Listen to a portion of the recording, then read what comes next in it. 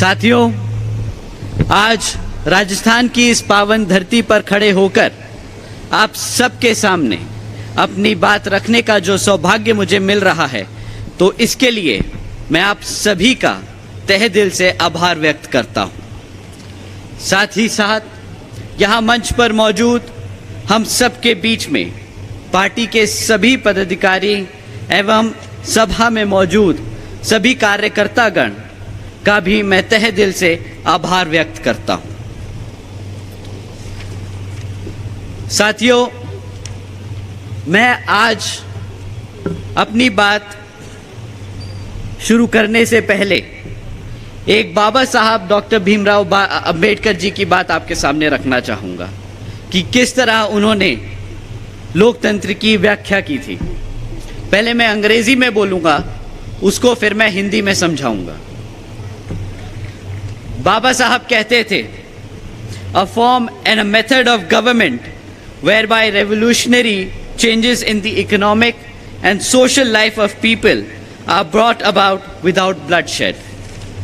इसका मतलब बाबा साहब कहते थे, बाबा साहब के हिसाब से जहां पर स्कूल में बच्चों के बीच भेदभाव ना हो, ऐसा है बाबा साहब के विचारों का भारत। जहां पर महिलाओं पर अत्याचार ना हो, ऐसा है बाबा साहब के विचारों का भारत। जहां पर आपका प्रमोशन आपकी जाति देखकर नहीं, आपकी काबिलियत पर हो, ऐसा है बाबा साहब के विचारों का भारत। जहां पर जाति और धर्म को बराबर का सम्मान मिले, ऐसा है बाबा साहब के विचारों का भारत। साथियों, हकीकत तो ये है कि आज यहाँ राजस्थान में जो कांग्रेस की सरकार चल रही है, वह सर्व समाज विरोधी है। खाली बहुजन समाज विरोधी नहीं, सर्व समाज विरोधी है। जहां पर कांग्रेस की सरकार ने वादा किया था बेरोजगार युवाओं को 3500 रुपए महीना देने का, जहां पर कांग्रेस की सरकार ने वादा किया था सस्ती गैस सिलेंडर देने का, जहां पर कांग्रेस की सरकार ने वादा किया था कई लाख युवाओं को रोजगार देने का, और जहां पर कांग्रेस की सरकार ने वादा किया था महिलाओं को शिक्षा मुफ्त कराने का। साथियों, अब जब इलेक्शन हमारे सर पे है, अब जब सिर्फ 4-6 महीने बचे हैं, तो आप ध्यान रखना, ये मुख्यमंत्री जी और कांग्रेस के विभिन्न नेता आपके बीच में फिर आएंगे और इसी तरह के फिर से अनेकों वादे करेंगे। पर साथियों, हकीकत तो ये है कि राज्य की कांग्रेस सरकार ना हमारे युवाओं को रोजगार दे पाई, ना दे पाई हमारे बुजुर्ग, हमारे बेरोजगार युवाओं को 3500 रुपए महीना, और ना दे पाई हमारी महिलाओं को मुफ्त शिक्षा। दिया है इस कांग्रेस सरकार ने हमारी जनता को तो सिर्फ और सिर्फ धोखा। दिया है इस कांग्रेस सरकार ने हमारी बहन बेटियों को तो सिर्फ दुख और दर्द। दिया है इस कांग्रेस सरकार ने हमारे युवाओं को तो सिर्फ एक झूठा भरोसा। साथियों, यहां समय आ गया है यहां की कांग्रेस सरकार को हकीकत समझाने का। साथियों, हकीकत तो यह है कि पिछली यहां की कांग्रेस सरकार ने हमारी माताओं बहनों तक को सुरक्षा नहीं दे सकी। सिर्फ पिछले 5 सालों में 1 लाख से ज्यादा महिलाओं पर अत्याचार के केस दर्ज किए गए, चाहे वो महिला का गैंगरेप कर मर्डर कर का केस हो, चाहे वो एक महिला शिक्षक की को जिंदा जलाने का केस हो, और चाहे वो या एक 9 साल की बच्ची का बलात्कार कर गला घोट कर उसकी हत्या करने का केस हो। ऐसे कई हजार केस हमारे सामने रोज आते हैं, आप लोग ये सब जानते हैं। बट साथियों, जो सरकार अपनी बहन बेटियों को सुरक्षा ना दे पाई, क्या आपको लगता है उस सरकार के मुख्यमंत्री को गद्दी पे बैठने का कोई हक है? आपको लगता है कि उस मुख्यमंत्री को गद्दी पे बैठने का हक है जो आपकी बहन बेटियों को ना सुरक्षा दे पाए? हाथ उठा के बताइए कि देना चाहिए कि नहीं। तो साथियों, मुख्यमंत्री जी को ना आप ये चीज भूलने देंगे और ना हम ये भूलने वाले हैं।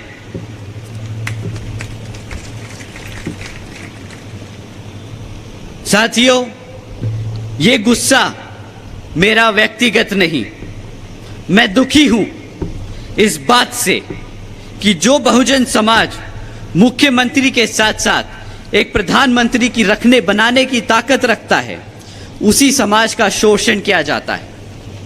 और यह अकेला राजस्थान का हाल नहीं, बल्कि हर एक उस प्रदेश का हाल है जहां पर मनुवादी सोच रखने वाली सरकारें चल रही हैं। अब आप सोचेंगे कि कांग्रेस नहीं तो बीजेपी ही सही। साथियों, बीजेपी भी कुछ कम नहीं, बीजेपी की भी वही फितरत है, हमारे बुजुर्गों को, हमारे बहुजन समाज को धोखा देना, दबाकर रखना, उन पे अत्याचार करना। आपको अगर याद दिलाएं, कुछ लोग मन की बात सुनाकर ले गए वोट आपका। बताइए साथियों, ले गए वोट आपका मन की बात सुनाकर? हाथ उठा के बताइए कि सुनाई कि नहीं सुनाई मन की बात? आप सबने बखूबी सुनी। पर अब जब आप सब परेशान हैं, हमारी महिलाएं परेशान हैं, हमारे बुजुर्ग परेशान हैं, हमारे युवा परेशान हैं, तो मुख्य प्रधानमंत्री जी क्या बोलते हैं? अरे हम तो फकीर आदमी हैं, झोला उठाकर चल पड़ेंगे। क्यों? यही किया ना प्रधानमंत्री जी ने। साथियों, जिम्मेदारियों से पल्ला झाड़ना तो कोई इनसे सीखे। केंद्र की सरकार ने खूब वादे किए। जो भाजपा की सरकार है, उन्होंने करे वादे कि 10 करोड़ नौकरियां देंगे, महंगाई कम करेंगे, गरीबी खत्म करेंगे। यहां बैठे मेरे साथियों से मैं एक बारी पूछना चाहता हूं, क्या आप लोगों की लग गई नौकरियां? क्या आप लोगों के लिए महंगाई हुई कम? क्या बढ़ी आप लोगों की बची कुची नौकरियों की आमदनी? साथियों, आमदनी तो तब बढ़ेगी ना जब नौकरी लगेगी। ये सरकार तो इतनी निकम्मी है कि जो 10 करोड़ लगी नौकरियां थी मैन्युफैक्चरिंग सेक्टर्स में, वो भी घटकर आज 5 करोड़ रह गई हैं। जो महंगाई का डिंडोरा पीट रहे थे और हमें एहसास दिलाने निकले थे कि 50 रुपए का पेट्रोल बहुत महंगा हो गया है, आज आप सबके सामने है ये। क्या इन लोगों को 100 रुपए का पेट्रोल महंगा नहीं लग रहा? आप ही बताइए, क्या आपके लिए 100 रुपए का पेट्रोल अब महंगा नहीं है क्या? साथियों, ये बड़ा दावे से ठोक के बोले थे कि हम गरीबी खत्म कर देंगे, परंतु उन्होंने क्या काम किया? जीएसटी लगाया हमारे खाने पर, नोट बंद किए हमारी महिलाओं ने, हमारे गरीब समाज ने जो इतनी मेहनत करके 100-100 रुपए जोड़ के इतने पैसे इकट्ठे करे, उन्होंने क्या किया? शाम को 8 बजे आए और एक झटके में आपके सारे नोटों की वैल्यू खत्म कर दी। कहा कि आज रात 8 बजे से 2000 रुपए का नोट नहीं चलेगा। ऐसी हरकतें करके उन्होंने गरीबी खत्म नहीं करी, उन्होंने गरीब को ही खत्म कर दिया। साथियों, मैं पूछता हूं, क्या ऐसे ही अच्छे दिनों के लिए आपने वोट दिया था क्या? आज हम भाजपा, कांग्रेस और खास करके राजस्थान के मुख्यमंत्री जी को मन की बात नहीं, काम की बात सुनाते हैं कि एक लीडर होता कैसा है, एक मुख्यमंत्री होता कैसा है और एक प्रधानमंत्री को होना कैसा चाहिए। साथियों, बहन जी ने उत्तर प्रदेश में एक बार नहीं 4 बार अपनी सरकार बनाई आप लोगों की सपोर्ट से। और बहन जी ने अपने 4 बार के शासनकाल में लाखों ऐसे काम किए जिनकी आज हम अगर बैठ के गिनती भी करें तो कम पड़ जाएगी। बट उनमें से कुछ बातें मैं आप लोगों के सामने रखना चाहता हूं। बहन जी ने देश में पहली बार सरकारी कॉलेजेस में, अपने स्टूडेंट हॉस्टल्स में अन्य पिछड़े वर्गों के छात्रों के लिए 27% आरक्षण की व्यवस्था तय की, ताकि हमारे बच्चे, स्टूडेंट्स यूनिवर्सिटीज में पढ़ सके। बहन जी ने हमारे सभी संतों, गुरुओं को और महापुरुषों को सम्मान देने के लिए उनके नाम पे कई यूनिवर्सिटीज और कई जिलों के नाम रखे, जैसे Gautam Buddha university, Ambedkar university, Chhatrapati Shahuji Maharaj university, Mahatma Jyotiba Phule नगर, महामाया नगर, संत कबीर नगर एवं गौतम बुद्ध नगर। साथियों, बहन जी ने कभी ऐसा खोखला वादा नहीं किया आपको कि हम अगर सत्ता में आएंगे तो अपने महापुरुषों को सम्मान देंगे। उन्होंने ये सब काम करके दिखाए हैं।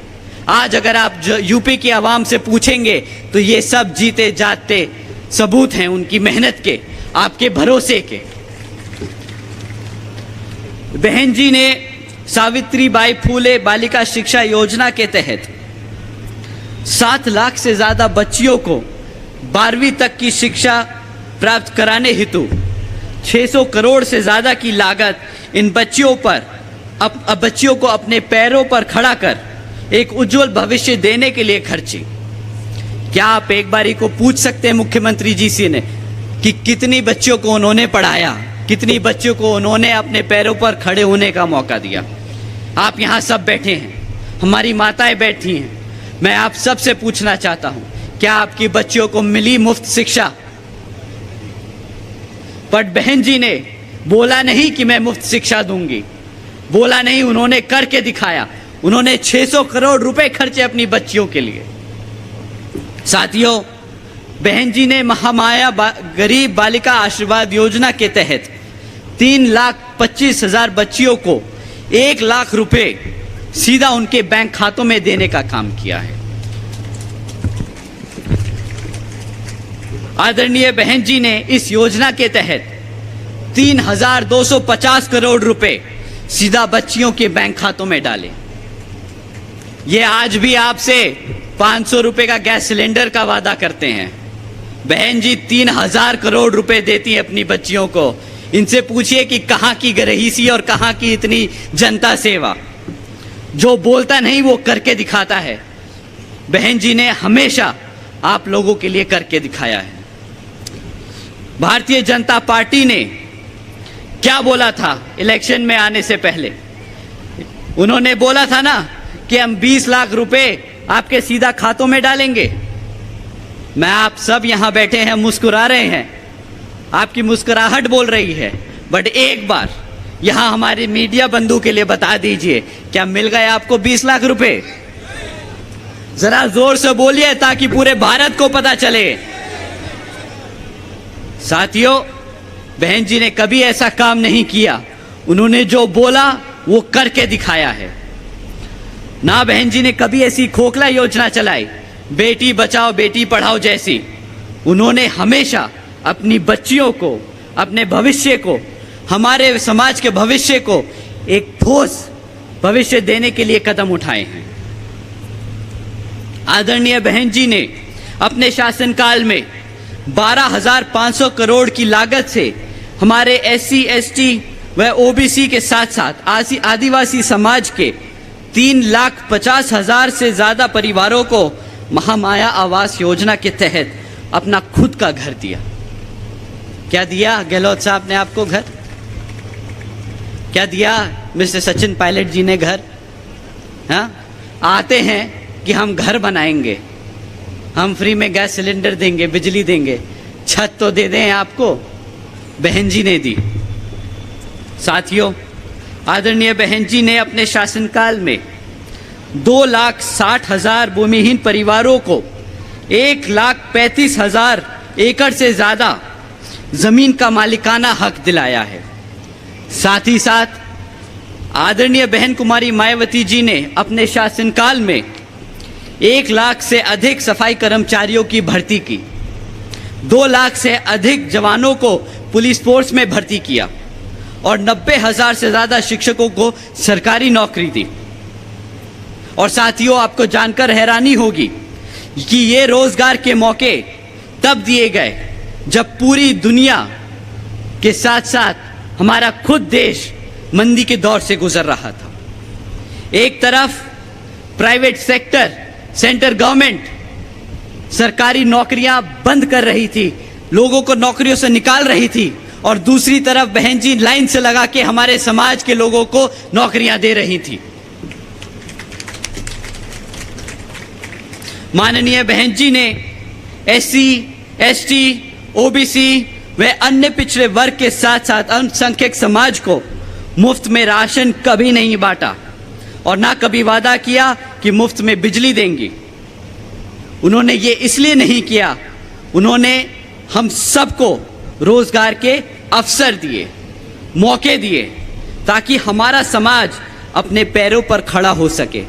ये ना हो कि 6 महीने बाद वो फिर सड़क पे आके भीख मांगे, बिजली के लिए, राशन के लिए, किसी और पे मजबूर ना हो, अपने पैरों पर खुद खड़ा हो। आज मैं और मेरे जैसे लाखों करोड़ों बहुजन समाज के नौजवान साथी अपना सिर उठाकर एक इज्जतदार जिंदगी जी सकते हैं तो वो सिर्फ और सिर्फ हम सबकी बहन जी की वजह से ही है। मैं आज यहां अपना सिर झुकाकर, अपने दिल पर हाथ रखकर बहन जी का शुक्रिया अदा करता हूं। हमारी बहन जी हैं तो हम सब हैं। साथियों, हम बहन जी की कुछ बातें आपको यहां बताने आए हैं जो आपको ध्यान में रखनी होगी। आपको पता है कि इलेक्शन अब सर पे है, तो दुश्मन इस इलेक्शन में किसी भी हद तक गिर सकता है और साम दाम दंड भेद आदि का इस्तेमाल कर सकता है। दुश्मन इस इलेक्शन में अपने चमचों को, ध्यान रखिए, अपने चमचों को जो बाबा साहब के विचारधारा को मानने वाला बताते आपको बहका सकते हैं। आपको इन सब से संभल के रहना होगा। दुश्मन इस इलेक्शन में आपको फिर से मुफ्त राशन और बिजली देने का वादा करेंगे। तो साथियों, आपको क्या करना है? आपको इन सब हथकंडों से बच के रहना है। चाहे मुख्यमंत्री आके कुछ बोले, बीजेपी का नेता आपको आके कुछ बोले, आपको सिर्फ एक ही चीज उन्हें दिखानी है, अपनी नीली झंडी। बता दीजिए नीली झंडी दिखा के कि इस बारी सत्ता में कौन आ रहा है। साथियों, आप सबके सहयोग से और बहन जी के आशीर्वाद से हमने ये एक संकल्प यात्रा निकाली है, सर्वजन हिताय व सर्वजन सुखाय संकल्प यात्रा। और आप आज सब इस संकल्प यात्रा में शामिल हुए हैं, तो इसके लिए मैं आप सभी का तहे दिल से शुक्रिया अदा करता हूं। पर साथ में आज हम संकल्प लेंगे, पर यह संकल्प मैं अकेले नहीं लूंगा। क्या आप ये संकल्प मेरे साथ लेंगे? हाथ उठा के तो बोल रहे हैं, बट मीडिया बंधु को आवाज चाहिए। तो आप क्या ये संकल्प लेंगे?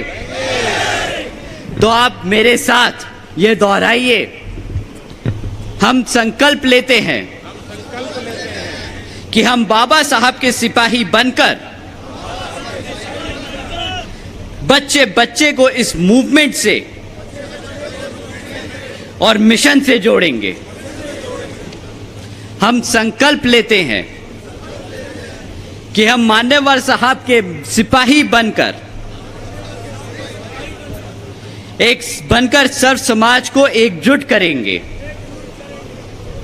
हम संकल्प लेते हैं, हमारी माताएं संकल्प नहीं ले रही, हम संकल्प लेते हैं कि हम बहन जी के सिपाही बनकर एक मजबूत और समता मूलक समाज की स्थापना करेंगे। तो साथियों, जैसा बाबा साहब कहते हैं, संगठित बनो, शिक्षित बनो और संघर्ष करो। तो समय आ गया है, अब आप और हम सब एकजुट होकर समाज के हर एक व्यक्ति को बसपा से जोड़ने का काम करेंगे और आने वाले विधानसभा आम चुनाव में बता देंगे कि हम आ रहे हैं हर उस चीज के लिए जो इस संविधान में हमारे समाज के लिए हमारे गुरु देकर गए हैं, बाबा साहब डॉक्टर भीमराव अंबेडकर जी। और साथियों, सही मायने में यही होगा राजस्थान की इस घमंडी कांग्रेस सरकार को मुंह तोड़ जवाब। तो साथियों, मैं आप सबसे यही अपील करता हूं कि आने वाले विधानसभा आम चुनाव में आप हाथी के निशान के सामने वाला बटन दबाकर बसपा को वोट डाल यहां पर विजय बनाएंगे। अंत में मैं यहां मौजूद सभी माताओं, बहनों, बड़े बुजुर्ग और मेरे युवा साथियों को जो इतनी दूर से चलकर हम सबके साथ यहां आज संकल्प यात्रा में शामिल होने आए हैं, आप सभी का मैं तहे दिल से धन्यवाद करता हूं। साथ ही साथ हमारे सभी बड़े और जवान बीवीएफ के जाबाज साथियों, आपका भी मैं तहे दिल से धन्यवाद करता हूं। जय भीम, जय भारत।